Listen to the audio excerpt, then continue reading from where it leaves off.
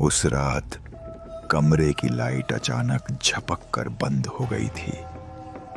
अंधेरे में सिर्फ बारिश की आवाज थी और बिस्तर पर पड़ी एक ठंडी देह। वही पल था जब आरव को पहली बार सच में एहसास हुआ कि वह अकेला नहीं है, और फिर भी बिल्कुल अकेला है।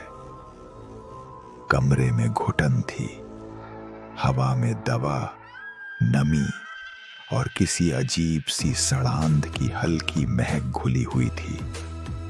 बिस्तर के एक कोने पर आरव बैठा था और दूसरे कोने पर उसकी प्रेमिका मीरा की लाश पड़ी थी।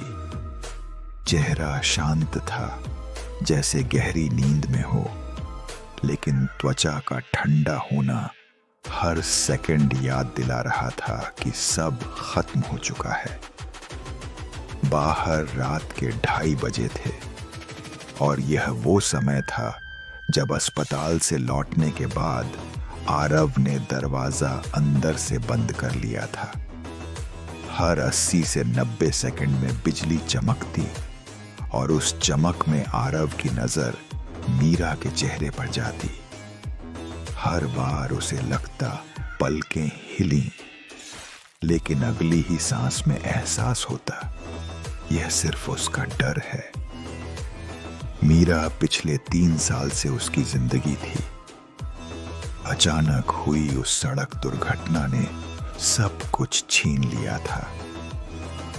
पुलिस सुबह आने वाली थी, लेकिन आरव ने लाश को अपने कमरे में रखने की जिद की थी। उसने किसी को वजह नहीं बताई।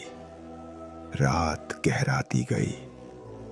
घड़ी की टिक टिक अब किसी दिल की धड़कन जैसी लगने लगी थी। दीवार पर टंगा आईना हर बिजली की चमक में कुछ पल के लिए धुंधला दिखता। उसी आईने में आरव ने देखा मीरा का चेहरा वैसा नहीं था जैसा कुछ देर पहले था। होंठों पर हल्की सी सिकुड़न थी, जैसे कोई दर्द सह रही हो। आरव की सांसें तेज हो गईं। उसके दिमाग में वही आखिरी दिन घूम रहा था जब मीरा ने उससे कहा था कि अगर कभी उसे अकेला छोड़ना पड़ा तो वह कभी सच में नहीं जाएगी। रात के करीब 4 बजे कमरे का तापमान अचानक गिर गया। आरव को लगा जैसे किसी ने उसकी पीठ पर उंगलियां फेरी हों। वह पलटा नहीं।